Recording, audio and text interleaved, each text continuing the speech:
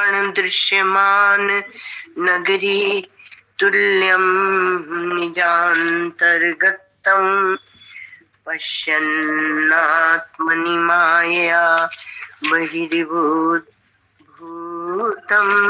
यथा निद्रया यः साक्षात् कुरुते प्रबोध समये आत्मानमे वाद्वयम् तस्मै श्री गुरुमूर्तये नमः इदं श्री दक्षिणामूर्तये।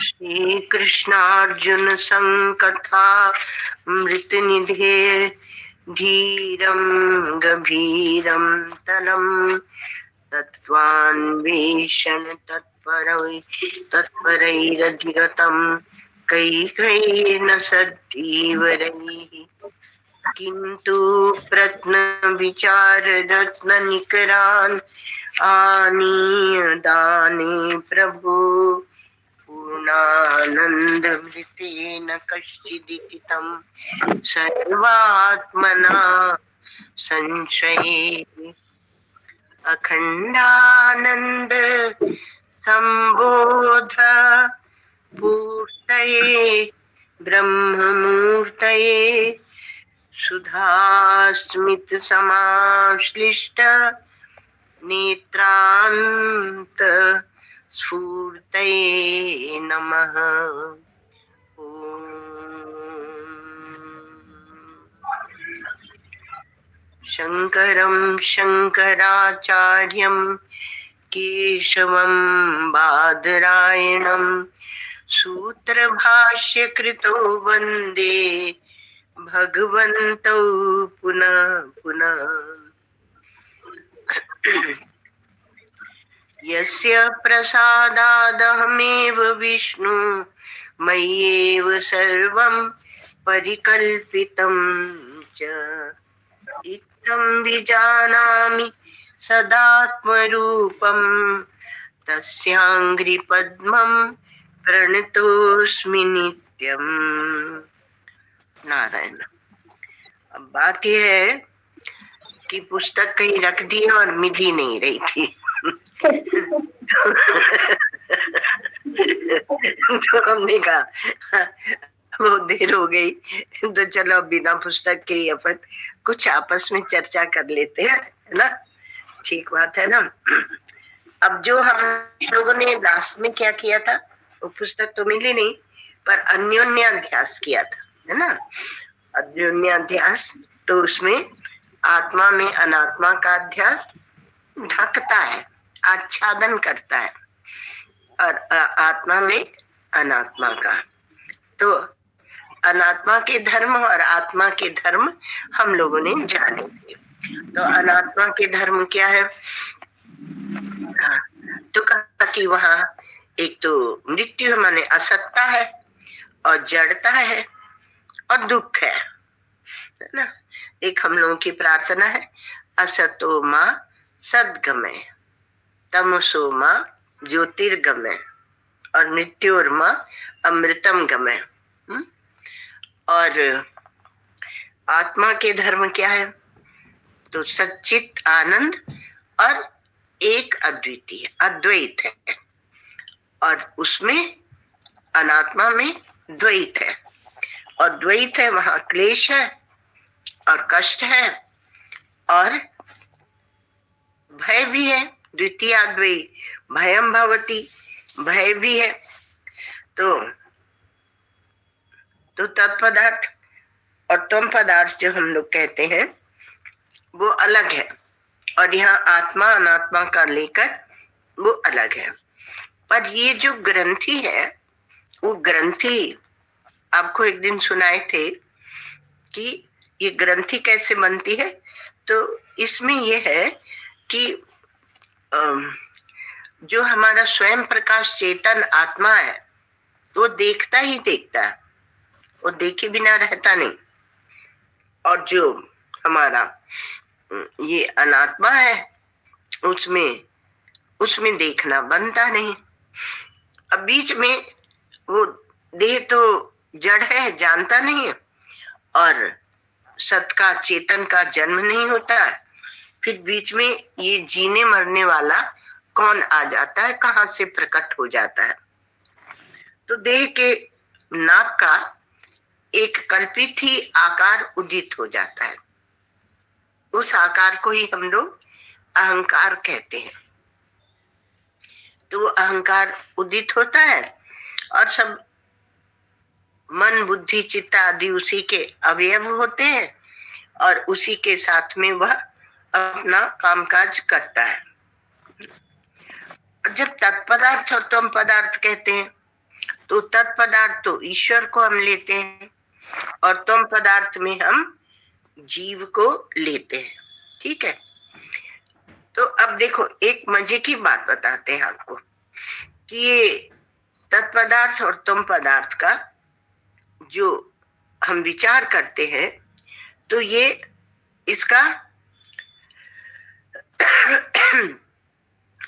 इसमें हम कोई आलम्बन भी लेते हैं। अब इसमें क्या है कि जो ईश्वर को आप मानते हैं तो कोई दूसरा आके कहता है कि यह ईश्वर नहीं है और वो अपने ढंग से कोई दूसरे ईश्वर को बताने लगता है ना, और आप अपने ईश्वर की पूजा कर रहे होते हैं, है ना। तो आपसे कोई ईश्वर की मूर्ति छुड़ा सकता है ना। थोड़ा समझना, दूसरे ढंग की बात है ना। और आपका मंत्र भी छुड़ा सकता है और जप भी छुड़ा सकता है और पूजा और ध्यान भी छुड़ा सकता है। क्यों? क्योंकि आपको उससे प्रेम ही नहीं है। आपको अपने जप से, अपने मंत्र से, अपनी पूजा से, अपने ध्यान से, ध्यान को लेते चलना। ध्यान, अंतरराष्ट्रीय ध्यान दिवस गया है ना, ध्यान आदि से आपको प्रेम नहीं है, आपके ईश्वर के आकृति से भी प्रेम नहीं है, इसलिए कोई भी आके छुड़ा सकता है। अर्थात तो कह देगा इनकी नहीं, अब इनकी पूजा करो, इनको छोड़ दो, और आप मान जाएंगे। क्यों मान जाएंगे? क्योंकि आपको प्रेम नहीं है। तो आपको प्रेम नहीं, इसलिए बड़े आराम से छोड़ देते हैं। हम पहले ऐसा करते थे, फिर हमने छोड़ दिया। यदि आपको प्रेम बन गया होता तो क्या आप छोड़ते? अब गया कि अभी अध्यास की बात आप कह रहे थे, अभी दूसरी बात कहां से ले? तो देखो, ये अध्यास ऐसे केवल सुन सुना लेने से निवृत्त नहीं होता है ना। इसको छोड़ना छुड़ाना बड़ा कठिन है, और कठिन नहीं भी है। यदि आप तैयार हैं तो कठिन नहीं भी है। तो कोई आपकी पूजा ध्यान ईश्वर सब छुड़ा लेगा, मंत्र जब मंत्र, क्योंकि आपको उसमें प्रेम नहीं है। लेकिन आपका जो अपने बाल बच्चों में प्रेम है, जो घर गृहस्थी में प्रेम है, जो देह में प्रेम है, जो कुटुंब में प्रेम है, उसको कोई नहीं छुड़ा सकता। आपको भी उसको छोड़ने में बड़ी कठिनाई होती है कि नहीं बात? तो उसको कोई नहीं छुड़ा सकता, तो वो बना रहता है। बड़ी मुश्किल पड़ती है उसको छोड़ने में, क्योंकि आपने बड़े चाव से, बड़ी उमंग से उसको पाला पोसा है और दोहरा दोहरा के उसको पक्का किया है, उसमें आपकी आसक्ति है, इसलिए वो बना रहता है।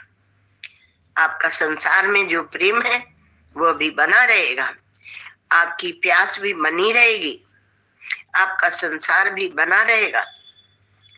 क्योंकि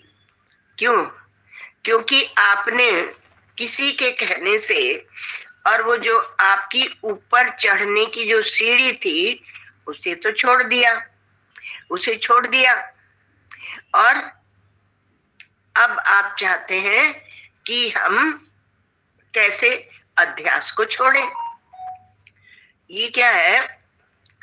ये बात जो है ना, ये कट्टर सनातन धर्म की बात है। हम बड़ी जल्दी से अपना सब कुछ छोड़ देते हैं, और जो नहीं छोड़ता उसकी हम हंसी भी बना देते हैं, है ना, है ना। तो बिना किसी आलम्बन के आपका भाव टिकता नहीं, और यहाँ बुद्धि से विचार और मन के भाव दोनों की आवश्यकता है।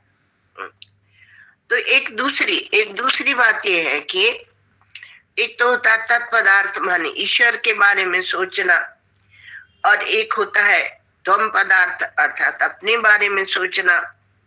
पर ये अपने बारे में सोचना, ईश्वर के बारे में सोचना, ये दोनों परमार्थ नहीं है।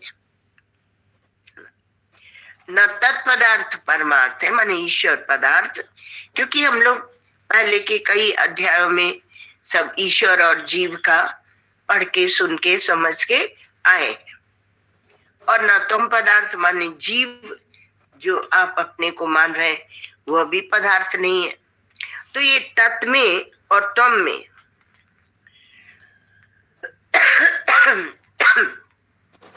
जो इसमें जो पृथकता भासती है वह भी परमार्थ नहीं है, पर ये जो पृथकता मालूम सी पड़ती है वो उसको समझना पड़ता है। तो इसलिए ये तत्व और त्वम जिसमें भासते हैं, अर्थात जिस अनंत आत्म महासमुद्र में, जिस अनंत आत्म महाकाश में दिखते हैं, मालूम पड़ते हैं, उसकी ओर आंख को घुमाइए। और उस आत्म महाकाश में आंख भी है, सूर्य भी है, और उस अनंत महाकाश में प्रत्येक चैतन्य भिन्न ब्रह्म को तत्व बोलते हैं, उसको तत्व बोलते हैं। किंतु इस विवेक को अपनी सीमा तक पहुंचाने के लिए आपको थोड़ा सा आलम्बन चाहिए। पहले आलम्बन लेना पड़ता है विवेक करने के लिए, और यदि हम आलम्बन छोड़ देते तो रास्ता छूट जाता है, और प्रक्रिया छूट जाती है, उपासना छूट जाती है, साधना छूट जाती है, तो हम जहां के तहां संसार में ही रह जाते हैं। बोलते अरे हमने भूत वेदांत सुना, और वो अध्यास कहते हैं, पर अध्यास किसी का निवृत्त होता नहीं। वो लोग भी देह में ही बैठे होते हैं जो अध्यास की बात सुनाते हैं, और अन्योन्य अध्यास तो और जबरदस्त है। आत्मा में अनात्मा और अनात्मा में आत्मा घुसे रहते, अथवा कहो कि आत्मा में अनात्मा को थोप दिया जाता है, और आत्मा में अनात्मा को आप जो थोपते हैं वो थोपने का केवल आभास है, लेकिन वही बड़ा जबरदस्त हो जाता है, वो छूटता नहीं है ना। तो अब हमारे शास्त्रों ने बताया कि एक अन्न में कोश, प्राण में कोश, मनो में कोश, विज्ञान में कोश और आनंद में कोश ना। तो ये कोश है, कोश माने ढकते हैं, आच्छादक होते हैं, इसलिए इनको कोश कहते हैं। लेकिन ये कोई गांठ नहीं होती है, गांठ नहीं है, ये आलम्बन है। बाहर से भीतर जाने के लिए पहला आलम्बन है अन्न में कोश।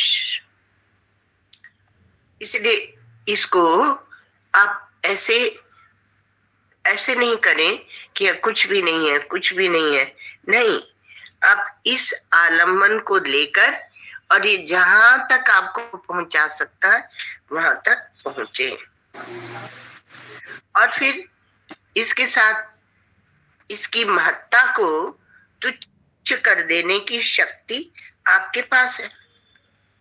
जैसे मैं पुत्र नहीं हूं, मैं स्त्री नहीं हूं, माने पुत्र रूप नहीं हूं, जो आकृति बनी है वह पुत्री रूप नहीं हूं, मैं स्त्री नहीं हूं, मैं पुरुष नहीं, माने मैं स्त्री रूप नहीं हूं, मैं पुरुष रूप नहीं हूं, और मैं धन रूप नहीं हूं।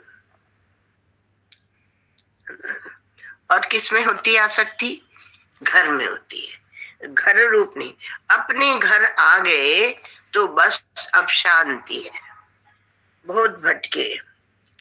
तो यह जो अन्नमय कोश है, यह क्या है? यह मेरा स्वरूप है, उसी को हम अपना रूप मान लेते हैं। अब इसको छोड़कर और दूसरा आलम्बन है प्राणमय कोश। तो प्राणमय कोश ये सब उसमें तैत्तिरीय उपनिषद में आता है। तो आप जब अन्नमय कोश को तब छोड़ पाते हैं जब आप प्राण के अभिमानी बन जाते हैं और प्राणमय कोश में रहने लगते हैं। अभ्यास से ऐसा करते हैं। तो इसमें क्या है कि मैं हड्डी चाम मांस वाला शरीर नहीं हूं, पर इसमें जो क्रिया होती है उस क्रिया को करने वाला मैं हूं। क्रिया नहीं हो तो क्या उसका मैं बनेगा?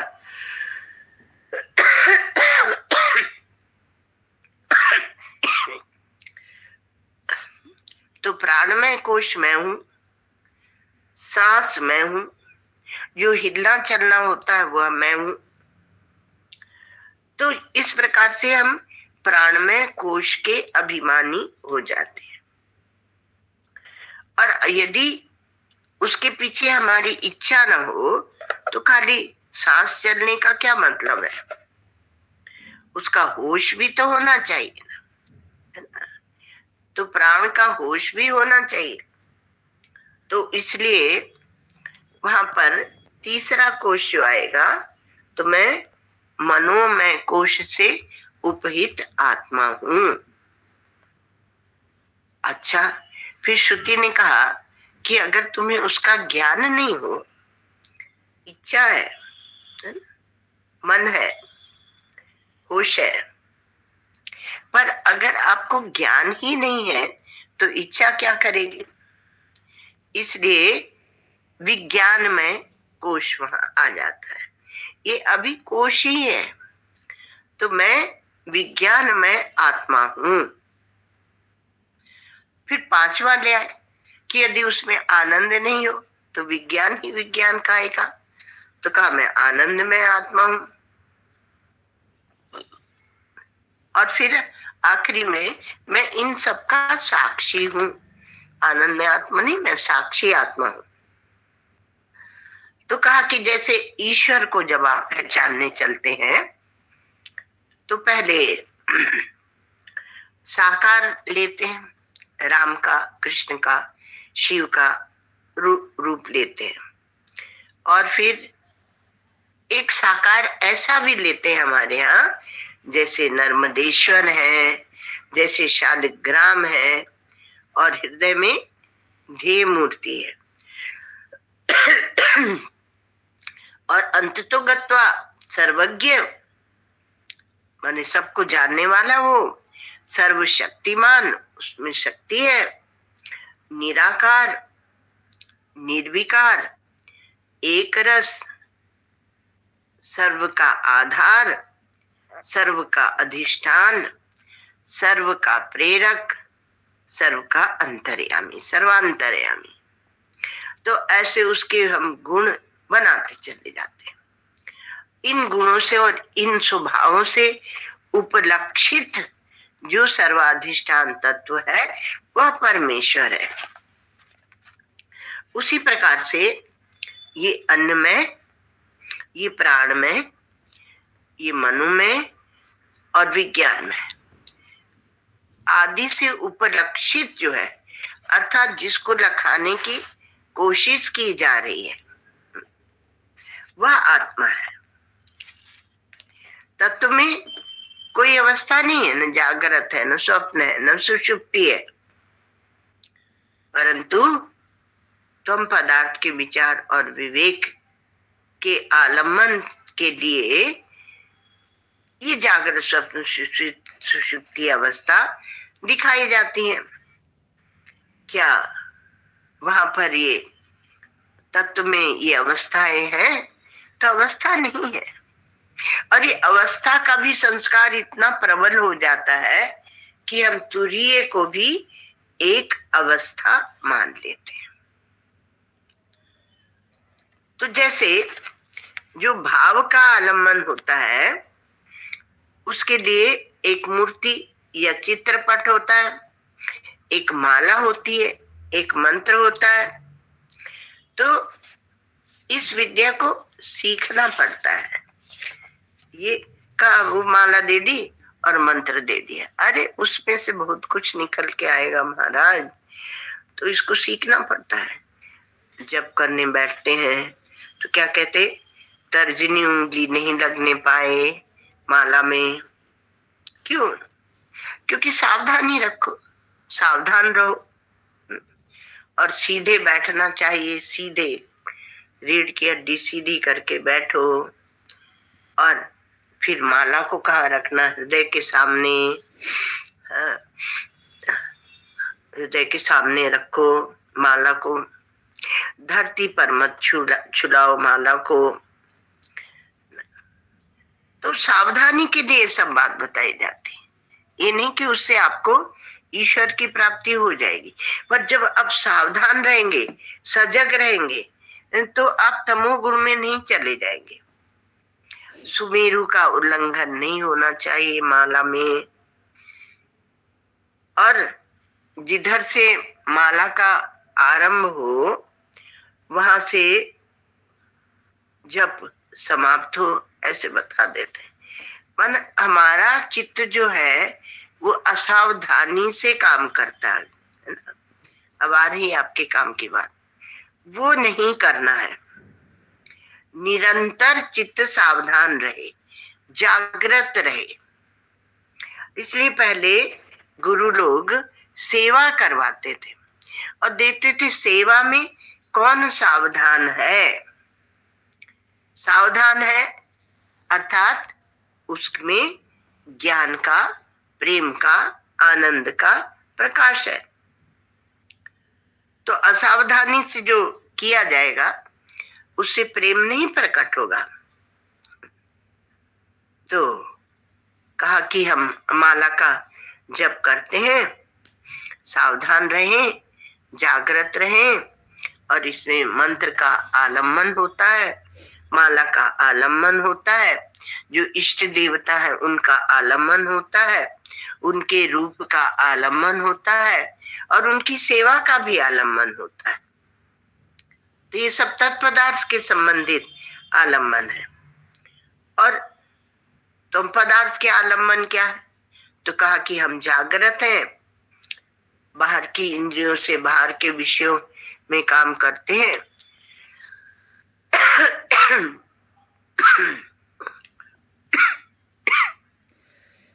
पर यहाँ ऐसा नहीं है। तो हम भीतर की इंद्रियों से भीतर ही काम करते हैं और सुषुप्ति अवस्था में हम कोई काम नहीं करते। तो अवस्था भले तीन है पर मैं तो एक हूँ। जागृत में विश्व हूँ, स्वप्न में तेजस हूँ, सुषुप्ति में प्राज्ञ हूँ। मेरे ये जो तीन नाम है ये तो आलम्बन के लिए ग्रहण किए हुए हैं, और मैं निरालंब चैतन्य हूँ, तुम पदार्थ हूँ। तो यह विचार का आलम्बन होगा। तो पांच कोश के साथ भी तुम पदार्थ का विचार करते हैं, तीन अवस्था के द्वारा भी तुम पदार्थ का विचार करते हैं। और ये जो विचार हमारा चलता है यह हमें एक दिशा में ले जाता है। धीरे धीरे चलना चाहिए। शनि कंथा, शनि पंथा, शनि पर्वत लंघनम। तो कैसे कैसे हम अभ्यास करके, और अब हमने जो ये अन्योन्याध्यास बना रखा है, आत्मा को ले जाके मन बुद्धि आदि से जोड़ देते हैं, और यहाँ तक कि हम चित्त को, मन को ही आत्मा कहने लगते हैं, और मन बुद्धि आदि को ले जाके आत्मा बना देते हैं। तो जो दृष्टा है वह न तो हमने शरीर में कल्पित किया है, और न तो हमने दूसरे शरीर में कल्पित किया है, वह तो संपूर्ण शरीरों में एक है, अद्वितीय दृष्टा है, और मन के साथ उसका कोई संबंध नहीं है। तो ये दृष्टा को जानने की भी, यह दृष्टा का स्पर्श करने की भी एक प्यास होती है। उस प्यास को बुझाने के लिए शास्त्रों ने बताया कि आलम्बन लेकर चलिए। तो देह का साक्षी, इंद्रियों का साक्षी, मन का साक्षी, बुद्धि का साक्षी, शांति का साक्षी, समाधि का साक्षी, और ये कौन है? तो मैं हूं। मेरे हुए बिना कुछ नहीं होता। मैं दृष्टा हूं और मैं हूं। देखो समय तो हो गया, थोड़ा समय ज्यादा लिया क्योंकि देर से शुरू किए थे। हम तो सोचे आज क्लास ले ही नहीं पाएंगे, पर ठीक है, कुछ तो चर्चा हो ही जाएगी, इसलिए आप लोगों से ओम सर्वे भवन्तु सुखिनः, सर्वे सन्तु निरामयाः, सर्वे भद्राणि पश्यन्तु, मा कश्चित् दुःखभाग् भवेत्, असतो मा सद्गमय, तमसो मा ज्योतिर्गमय, मृत्युर्मामृतं गमय। ओम पूर्णमदः पूर्णमिदं पूर्णात् पूर्णमुदच्यते, पूर्णस्य पूर्णमादाय पूर्णमेवावशिष्यते।